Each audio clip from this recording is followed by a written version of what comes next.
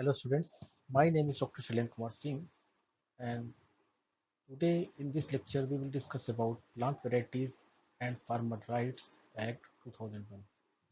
This is a unique kind of act which is not only protect our farmers but also provide right to the breeders and researchers. So let's begin. As we all know that agriculture provides livelihood to the two-third population of India.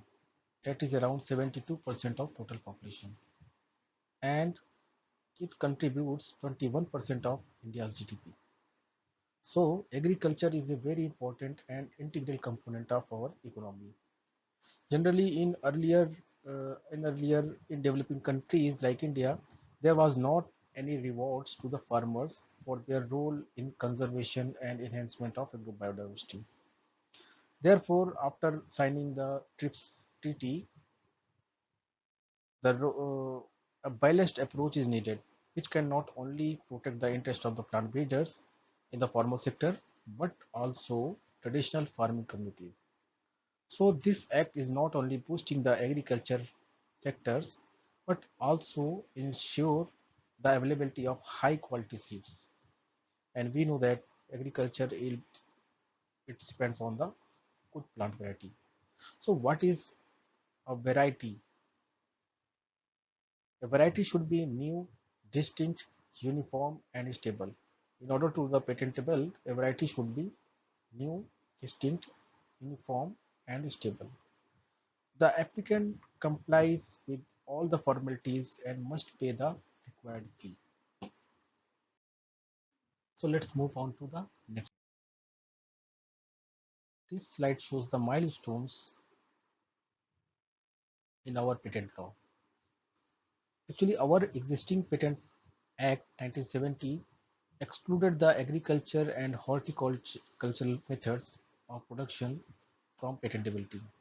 So after signing the TRIPS, we adopted a new kind of system which we called sui generis system.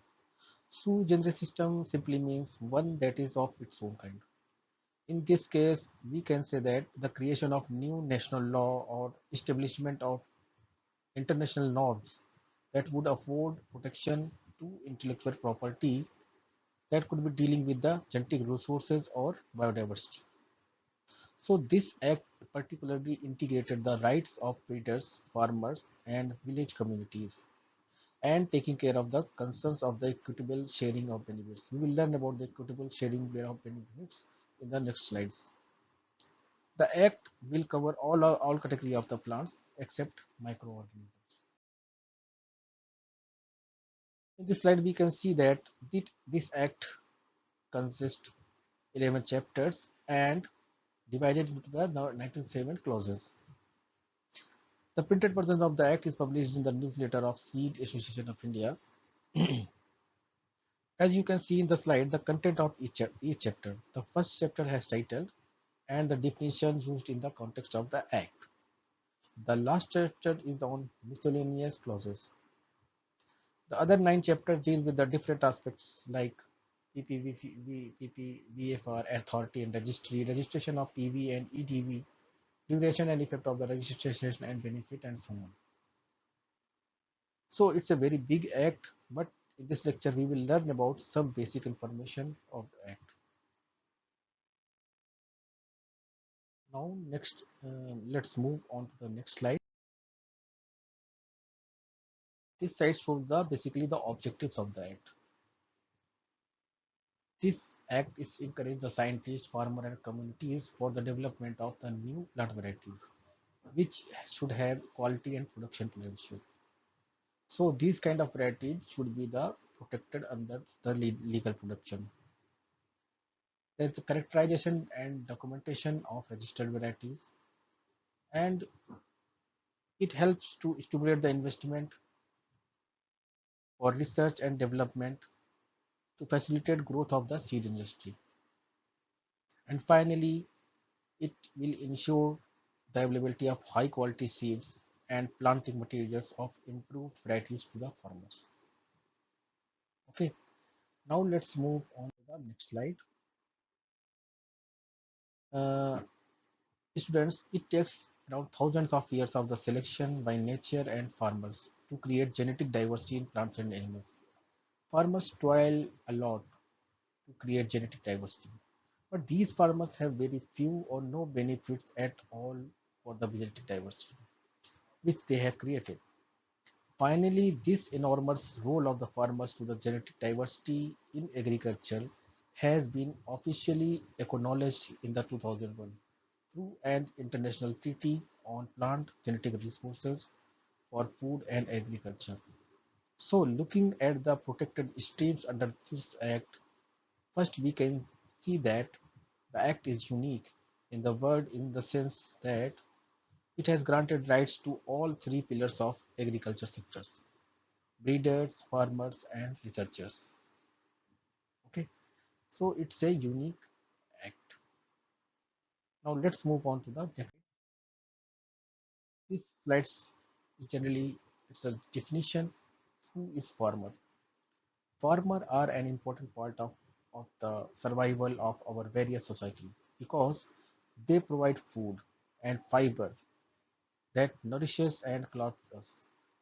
The term usually applies to the people who do some combination of raising field crops or curds, vineyards, poultry, or other livestock. A farmer's tasks vary according to the type of operation. A farmer who raises only crops will be responsible for preparing land for planting, caring for the crops, and harvesting. Some farmers sell their own crops at market, while others have contracts with processing companies or other organizations. Now let's move on to the next slide. This slide shows the summary of farmers' right by this act. We will learn these in details in next slides. Actually, this TT grants rights to the farmers. These rights recognize the farmers as the innovators of agricultural biodiversity, and not only recognize, they also rewarded the farmers for their contributions. Farmers are entitled to saving, exchanging, selling, and using farm saved seeds. Farmer can ask for compensation from the company if registered variety fails in expected performance. Farmers are protected under Innocent Infringement Act, and farmers are exempted from the testing fees. So you can see that there are a lot of benefits to the farmers under this act. Now let's move on to the next and discuss one by one the farmers' rights. As as of now, there are 9 rights are given to the farmers under this PPVFR Act. This is the first right, right to the seed. This act aims to give farmers the right to save, use, exchange, or sell seed. The farmer's right on seed encompasses the total genetic variability, including protected varieties. But farmers cannot sell the seeds in a packed form labeled with registered name. Further safeguard this right on this on the seeds of registered varieties. So this act prohibits use of technologies like terminator gene technologies. So terminator gene technologies we will discuss in the later. Terminator gene technology basically is the technology in which you prevent the seed.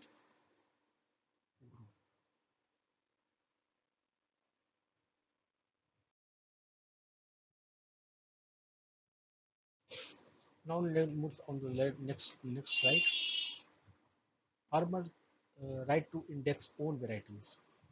One of the uniqueness of this act is that farmers are awarded PBR by the act on their recognition as breeders. Just like just like commercial breeders, even the farmer can get intellectual property right over their own varieties. This right is unique to Indian PPV FR Act 2001 Act.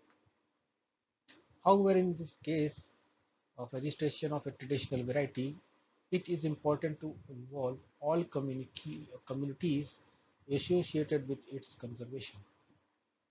Similarly, Act also recognizes spousal contribution. One of the financial benefits is that farmers need not to pay any fee either to register their varieties or to renew their registrations.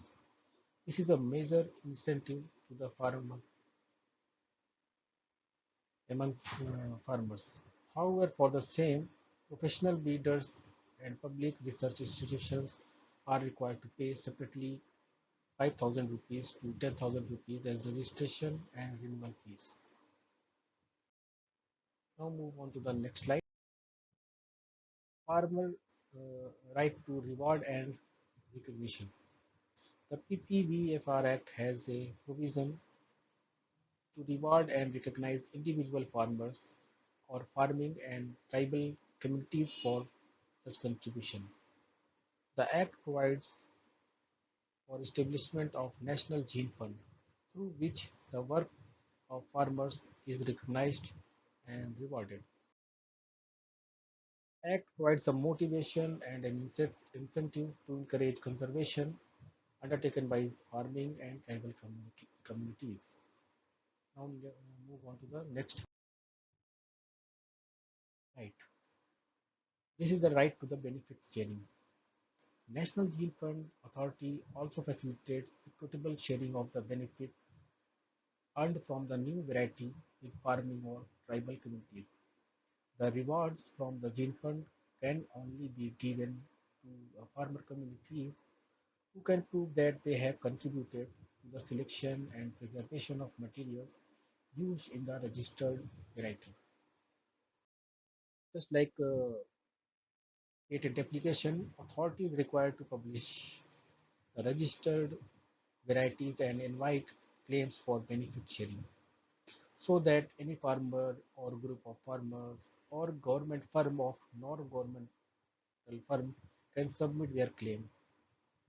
But claiming authority has to be proved that they have the enough contribution to the develop the base material of the registered varieties. Right to information and compensation for crop failure. Suppose a farmer has purchased seeds for the crop and the material flops to form.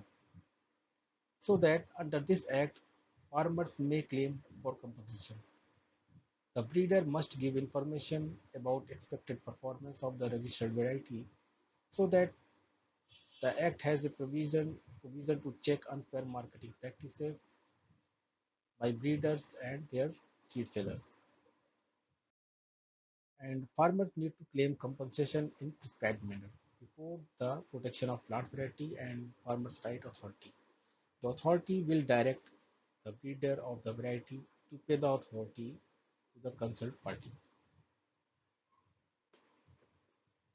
Now, let's move on the next. Farmers' right to compensation for private use of traditional varieties. Sometimes the commercial breeder may not wish to disclose the use of traditional varieties. They use farmer varieties as a source material to develop new variety.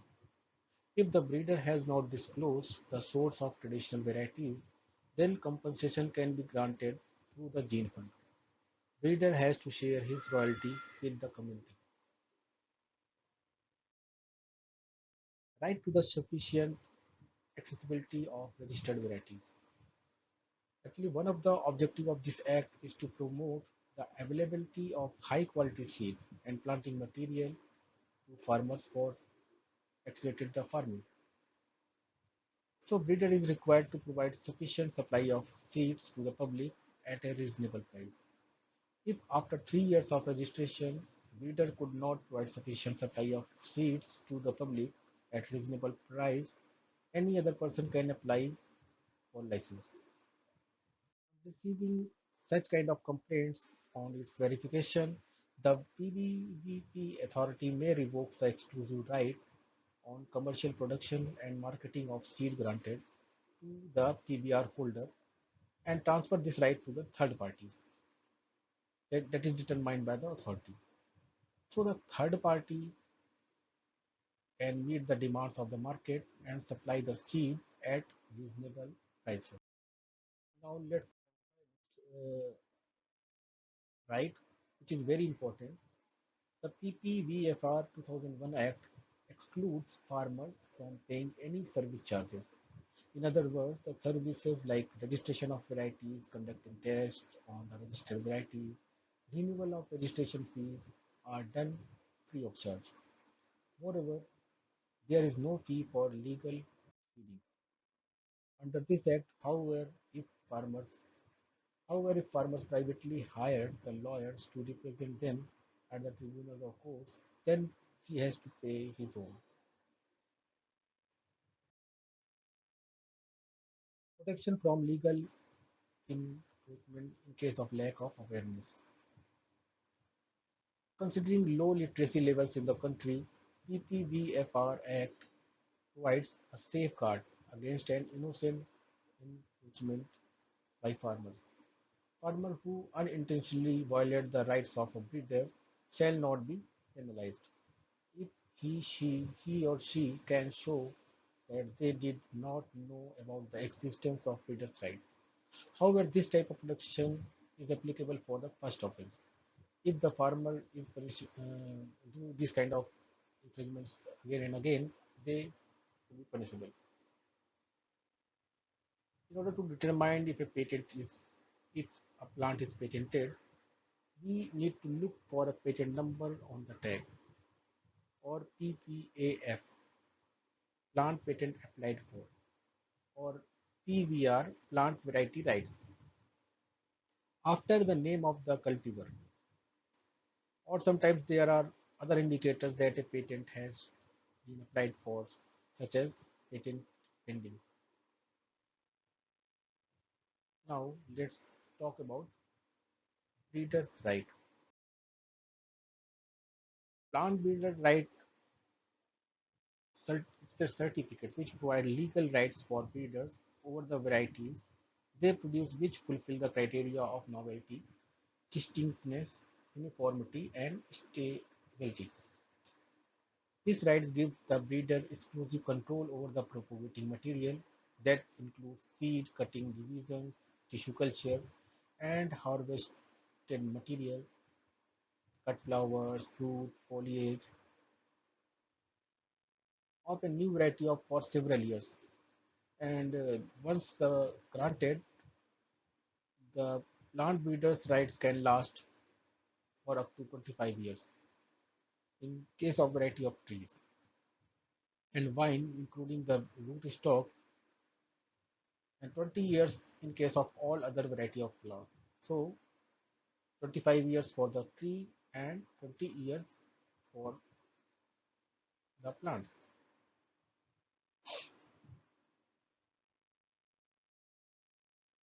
An effective plant breeder rights system encourages investment in plant breeding programs which result in the development and promotion of new, improved, and innovative plant varieties. Now, let's discuss about the researchers' rights. This act also protects researchers. They can use of any variety registered under this act by any person for conducting experiment or research, or they can use protected variety as an initial source to create other varieties.